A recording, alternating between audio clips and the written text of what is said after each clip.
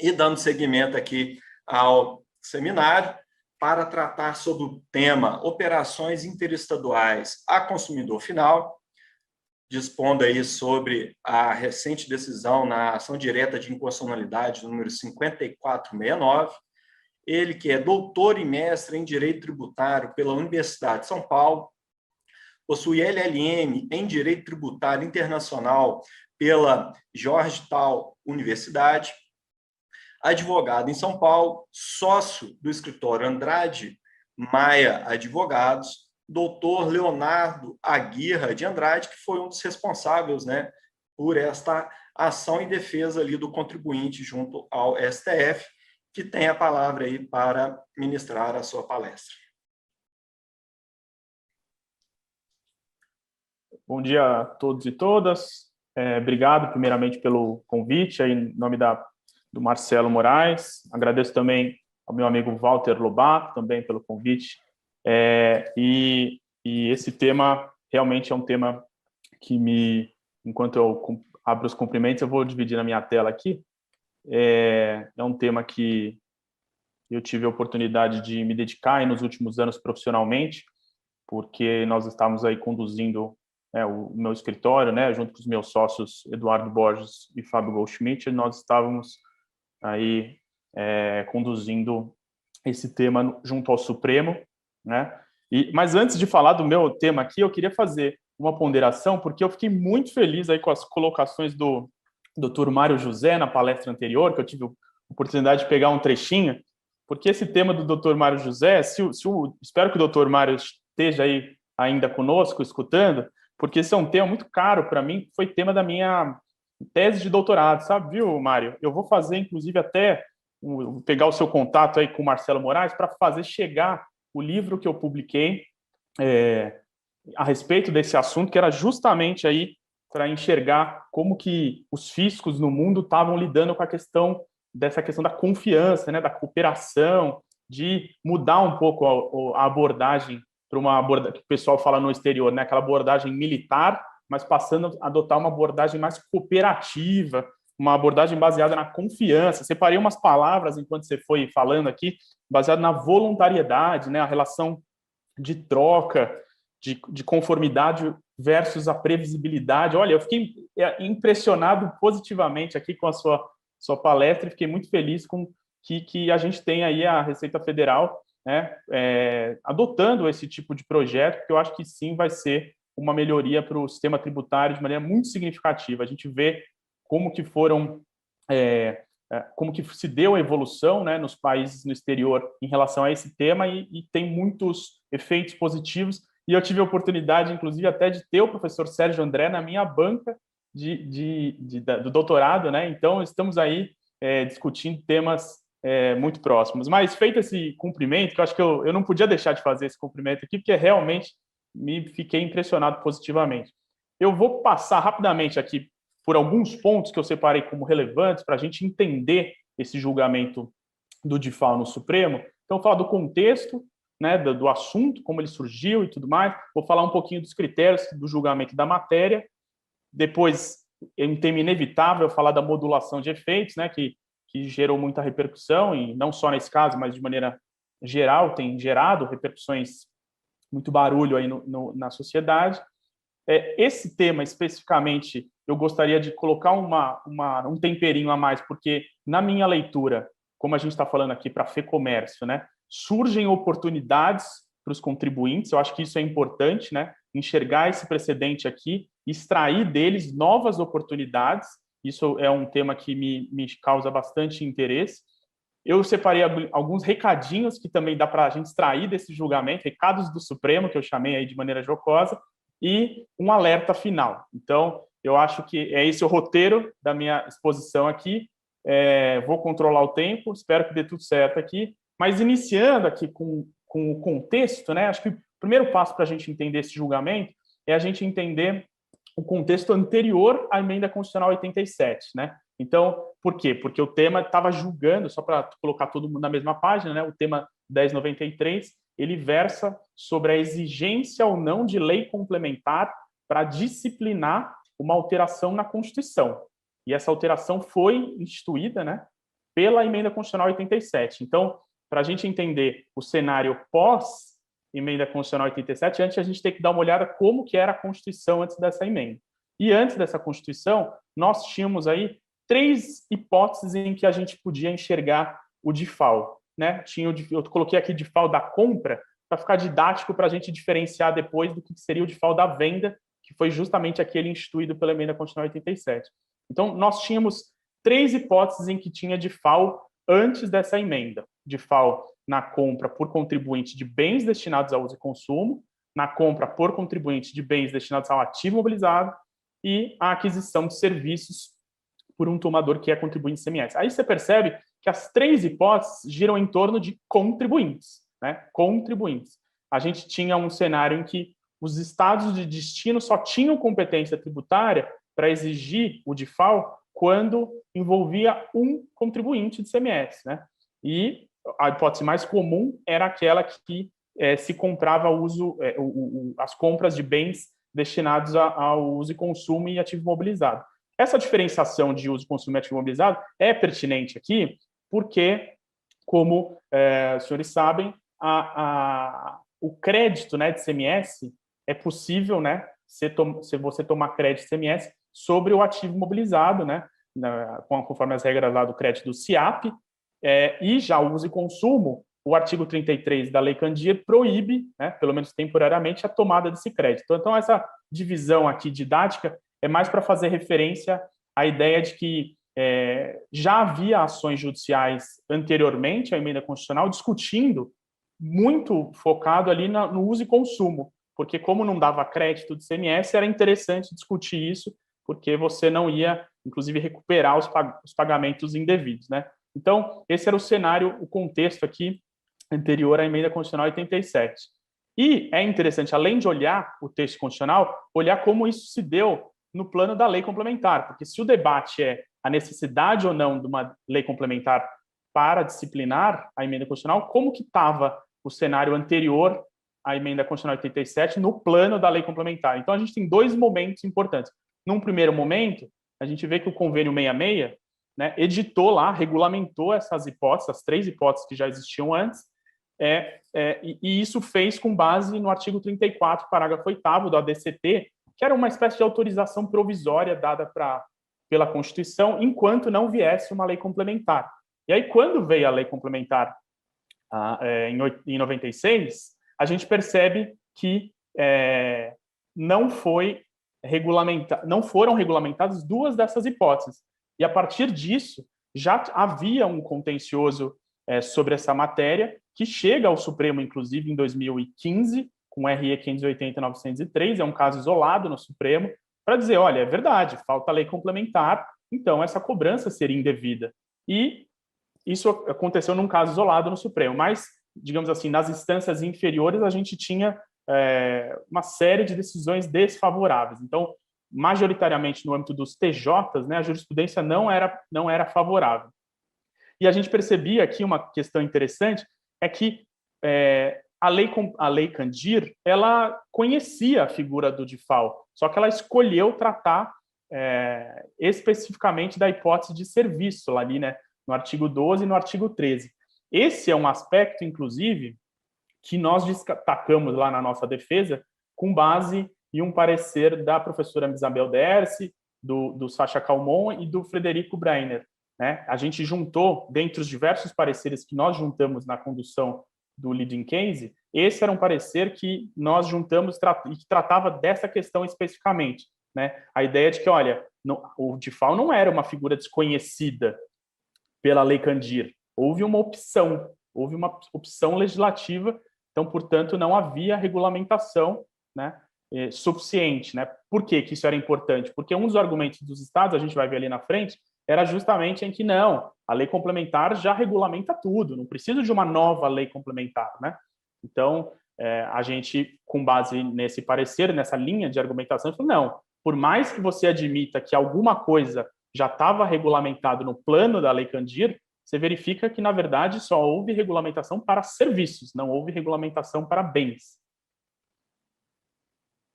E aí vem a emenda constitucional e altera, né, altera o quê? Ela cria exatamente o default na venda para não contribuinte. Você percebe ali nas alterações do texto constitucional que essa hipótese especificamente é a grande mudança, né? Você poder tributar, né, uma operação que envolva um não contribuinte. Esse tipo de operação, antes da emenda constitucional, tudo ficava com o estado de origem. Estou dando exemplo aqui de uma transferência de São Paulo para o Ceará, né? Então tudo ficava lá, os 18% de ICMS para o estado de São Paulo. Já depois da emenda constitucional 87, um pedacinho fica para o estado de São Paulo e a diferença fica, né, para o estado do Ceará, no meu exemplo aqui. Então, qual que era a mudança?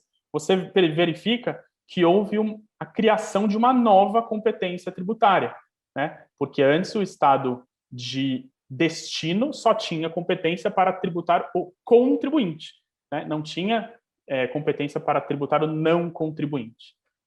E por que qual é o racional, né, da edição dessa emenda constitucional? Ela é editada num contexto de guerra fiscal, né? A gente tem aí uma longa trajetória que é de conhecimento de todos vocês, mas essa guerra fiscal era um conflito não só entre estados, né, mas era um conflito regional que se intensificou muito mais em relação às operações online, né, sobretudo depois dos anos 2000, aí com a pulverização de operações na internet, e você percebia que os estados do Nordeste e do Norte não estavam muito contentes aí com o fato de não ficar com nenhum pedacinho dessa arrecadação, né, e tudo ficava nos estados do Sul e Sudeste.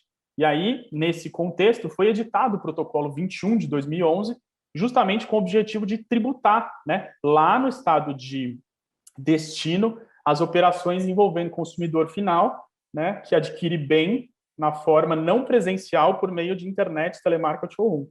E aqui a gente já tinha um conflito expressivo entre os estados, porque você percebe que, por exemplo, os estados de São Paulo, Rio de Janeiro, Santa Catarina, Paraná, Rio Grande do Sul e Minas Gerais não assinaram o protocolo. Então, já na própria edição do protocolo, a gente percebe que havia esse conflito regionalizado, digamos assim, né? Essa matéria chega no Supremo em 2 ADIs, né? E o Supremo julga inconstitucional o protocolo 21, né? Eu coloquei até um trechinho aí dessa decisão que foi de 2014, e nessa decisão o Supremo já tinha dado 2 recados para o legislador. Olha, para você instituir o DIFAL nesse tipo de operação, você tem que cumprir 2 requisitos. Tem que alterar a Constituição, porque o texto constitucional não permite, né, a tributação do não contribuinte, e além disso tem que editar uma lei complementar. O legislador, ele respeitou só um dos requisitos. Ele alterou a Constituição com a emenda constitucional, justamente um ano depois, um pouquinho mais de um ano depois, justamente para cumprir esse roteiro de como instituir o DIFAL. Só que ele só cumpriu um requisito, né? Faltou a lei complementar. E a partir disso surge um conflito de 2 teses entre os contribuintes e os estados, né? De um lado, os contribuintes sustentavam que aquilo ali, né, a emenda constitucional 87, ela tinha criado uma nova competência, como eu disse ali anteriormente. Já os estados, né, entendiam que, na verdade, não era uma competência nova, era só uma redistribuição de arrecadação. Tanto é que o próprio texto da emenda constitucional 87 tinha lá uma escadinha, né, ia passando aos pouquinhos a arrecadação para os estados de destino. Então, aqui tinha uma tese interessante, assim, do ponto de vista acadêmico, né? Se o fato de você colocar um tipo de sujeito passivo adicionalmente, isso era uma ampliação ou não de competência, né? Essa era a questão. Na visão dos contribuintes, sim, era uma ampliação de competência, na visão do Estado, não, né? Então, antes da edição de uma lei complementar, foi editado, com base na premissa, né, dos estados, que não se tratava de uma competência nova, foi editado o Convênio 93, que estabeleceu as regras gerais, justamente fazendo o papel de lei complementar nessa matéria. No entanto, o próprio Convênio 93 deixou uns buracos pelo caminho, né? Deixou uns conflitos de competência. Eu coloquei aqui 2 exemplos, né? O exemplo da base dupla versus base simples, né? Que, num primeiro momento, o CONFAS entende, né, que seria o caso de uma base dupla, e depois, num segundo momento, se muda de ideia e o CONFAS adota o caminho da base simples, né? Então, aqui já se via um problema de legalidade, né? Porque o CONFAS estava realmente criando base de cálculo nova, enfim, tendo uma liberdade ampla na visão dos estados para editar esse tipo de situação, de modificação nos critérios da exigência do DIFAL. Um segundo exemplo muito interessante é a questão das operações triangulares, né? Que acontece muito no setor de medicamentos, por exemplo, né? Que então a indústria vende os remédios para um determinado contribuinte, né? Perdão, para um determinado não contribuinte, por exemplo, um hospital, um plano de saúde, algo assim, que não é contribuinte do ICMS, e esse cliente, digamos assim, manda entregar no Brasil inteiro, né? Então aí você tem um adquirente jurídico e um adquirente que é o cliente, né, o consumidor final. E aí os estados divergem, né, atualmente sobre qual que é o critério que deve ser adotado. Então, por exemplo, o Distrito Federal, Santa Catarina e Pernambuco entendem que seria o destino jurídico, seria o cliente, né, no caso aqui o plano de saúde, o hospital. Já São Paulo, Paraná e Roraima entendem que seria o destino físico, né? Então, eu errei aqui, é Rondônia, é o destino físico. Então, você tem um conflito dos estados que deveria ser regulamentado no plano da lei complementar, que não existe até hoje, né? E aí, ao longo do ano de 16, foram protocolados 2 projetos de lei, né? O segundo projeto de lei, inclusive o 325, faz menção expressa ao RE 580/903 para dizer o seguinte: olha, realmente a gente precisa regulamentar isso aí, porque tá faltando uma lei complementar sobre esse assunto, né? E tentava-se regulamentar tanto a questão do DIFAL da compra quanto o DIFAL da venda, né? Tanto as operações com não contribuinte como aquelas operações envolvendo bens para contribuintes. Então, as duas hipóteses estavam sendo regulamentadas ali. O tema chega no Supremo com a DI 5469 e com o tema 1093, que, como eu disse aí, foi o RE, o leading case da Madeira, que estava sob o patrocínio do meu escritório. E aí a gente tinha um embate de 2 linhas de raciocínio, né? De um lado, os contribuintes sustentando que seria necessária uma lei complementar com base nos artigos 146 e 155 da Constituição, falando que não era simplesmente uma questão formal, tinham problemas materiais, como eu mencionei nos exemplos acima, realmente tinham problemas para serem resolvidos no plano da lei complementar, né? E a Lei Candir, ela não, depois da Lei Candir, né, não poderia ser exercido aquela autorização que tinha sido dada lá pelo artigo 34, parágrafo 8º, que foi exercida pelo convênio 66. Então, depois da Lei Candir, necessariamente toda modificação de emenda constitucional tem que ser veiculada ou disciplinada por lei complementar.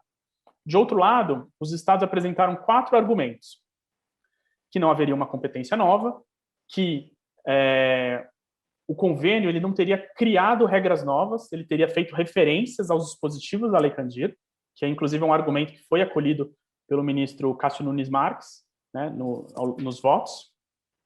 Esse terceiro argumento é um argumento curioso, que foi manifestado isoladamente pela Procuradoria de Minas Gerais. Aqui fica um elogio, inclusive, à Procuradoria de Minas Gerais, porque na condução desse tema, você percebe que a petição, né, que sustentava as razões ali, de Minas Gerais especificamente, uma petição muito, muito melhor desenvolvida que a dos outros estados, nos deu trabalho, posso dizer assim, e um dos argumentos que foram, assim, diferentes, né, dos outros estados era esse aí, né, que enquanto não editada uma lei complementar nacional, os estados poderiam celebrar convênios para disciplinar as regras gerais do ICMS, como se o artigo 34, parágrafo 8º pudesse ser estendido, enfim, para depois da Lei Candir, né?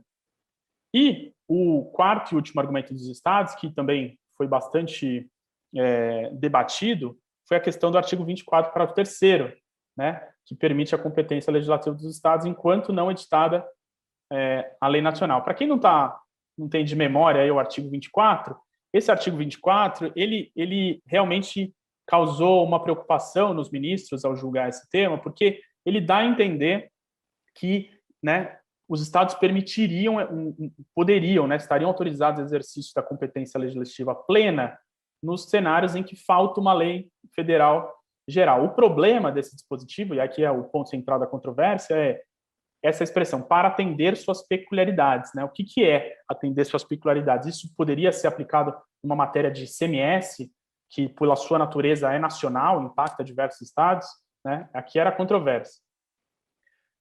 O ministro Marco Aurélio é o primeiro a votar, ele julga favorável ao contribuinte, falando que tinha dois problemas, né? A competência seria da União para disciplinar esse assunto por meio de lei complementar, e isso não poderia ser feito por meio de convênio, né? O ministro ainda faz menção a um precedente do próprio Supremo, no tema 1094, que é aquela hipótese lá da cobrança do ICMS na importação por não contribuinte, que foi instituída pela Emenda Constitucional 33, e as leis dos estados disciplinaram essa nova competência também antes da Lei Complementar 114. Então, o tema se parecia bastante e, naquele caso, o Supremo já tinha dado uma decisão favorável aos contribuintes.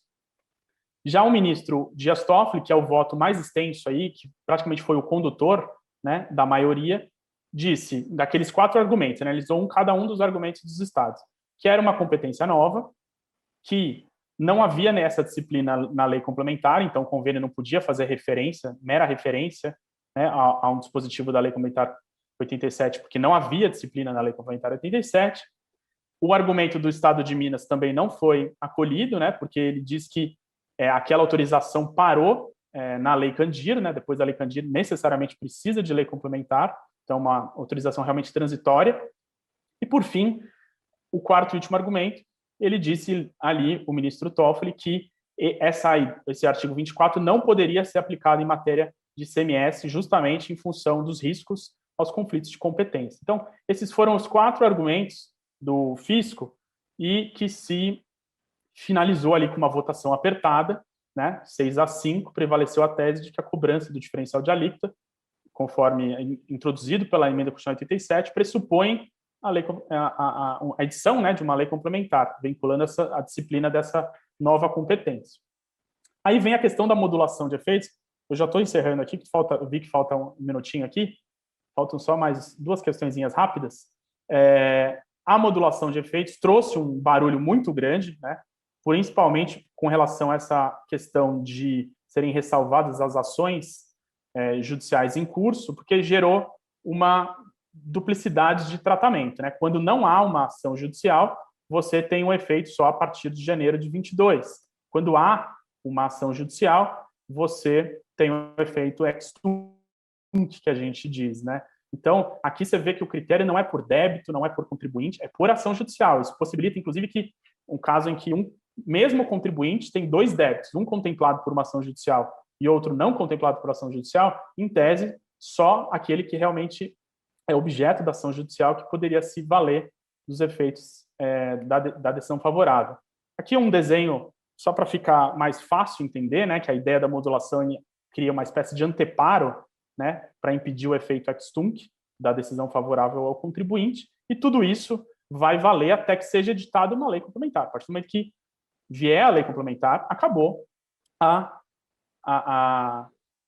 tese, basicamente é isso. A partir desse julgamento, surge uma oportunidade de revisitar aquela tese da compra, do uso e consumo, porque agora ela fica realmente mais fortalecida, né? E, além disso, surge uma discussão adicional, que é em relação aos serviços para não contribuinte, porque essa é uma hipótese que foi instituída também pela Emenda Constitucional 87 e também não tem lei complementar. Então, a gente tem, é só olhar esse mapinha aqui, você tem três oportunidades, né, que estão agora realmente com os seus fundamentos bem fortalecidos. Para finalizar, a gente consegue extrair desse julgamento alguns recados, né? O primeiro, um recado explícito, né? O Estado não pode exercer a competência em relação a uma matéria, né, que foi introduzida por emenda constitucional, por meio de convênio, precisa necessariamente de lei complementar, né? Aqui você percebe uma diferença interessante, que o convênio, a emenda constitucional 33, aquela do tema 1094, ela tinha uma autorização expressa para a disciplina do tema por convênio, e isso não aconteceu na emenda constitucional 87. Então, aqui foi uma reafirmação de jurisprudência, mas os casos tinham particularidades importantes. E aí os recados implícitos, digamos assim, né, é o que eu já mencionei, né, a tese agora da inconstitucionalidade na compra por contribuinte de ICMS de bens de uso e consumo e de ativo imobilizado, ela se torna mais consistente, porque os mesmos vícios que foram verificados no tema 1093 se aplicam para essa tese que não vinha bem na jurisprudência dos TJs, né? Um segundo recado é especificamente para os contribuintes, porque quando ele modula ressalvando as ações em curso, em alguma medida, né, em português claro, o Supremo está dizendo, olha, contribuinte, judicialize todas as teses tributárias possíveis. Por quê? Caso você não tenha uma ação judicial em curso, você tem um risco de se prejudicar. Então, isso coloca em xeque, inclusive, a própria estratégia de questionar administrativamente uma tese tributária, porque se você tiver só o processo administrativo e vier uma modulação em relação àquela matéria, você realmente pode se prejudicar, que é realmente um alerta, né? A modulação também deixa um recado que é, na minha visão, bastante ruim, né? Que é um recado para o Estado, né? Que é uma espécie de incentivo à criação de cobranças indevidas, porque eles, com a modulação, né, ficou a prevalência aí do erário em detrimento da legalidade, uma espécie de salvo-conduto à arbitrariedade, na minha leitura. Eu faço até menção aqui a um artigo do professor Humberto Ávila, no jornal do Estado de São Paulo de ontem, que ele disse uma frase importante, que ele disse assim, a confirmação, né, a modulação, né, seria a confirmação que a inconstitucionalidade compensa. Os direitos fundamentais não limitam o poder estatal e o investimento no Brasil não vale a pena. Então, esse recado é realmente muito ruim, muito preocupante. E aqui um alerta final, né, porque se a tese tem como pressuposto a ausência de lei complementar, é importante dar destaque para o fato de que no dia 15 de março agora, o senador Ciro Nogueira apresentou um projeto de lei para disciplinar a emenda constitucional 87, e nesse projeto tem um ponto que chama muito a atenção, que é uma intenção de uma eficácia retroativa, para validar retroativamente as leis estaduais. Então, na minha leitura, tem um risco, infelizmente, de surgir um novo contencioso em função dessa expectativa. Inclusive, na exposição de motivos, se usa como fundamento o artigo 24 da Constituição, parágrafo 3º, que justamente foi afastado no voto do Toffoli. Então, assim, me parece que eles estão testando novamente a tese em relação à qual já houve insucesso por parte dos estados. Então, com isso, peço desculpas aí por extrapolamento de uns minutinhos, mas com isso eu agradeço muito ao espaço e desejo a todos aí um bom evento e devolvo a palavra para o Marcelo. Obrigado.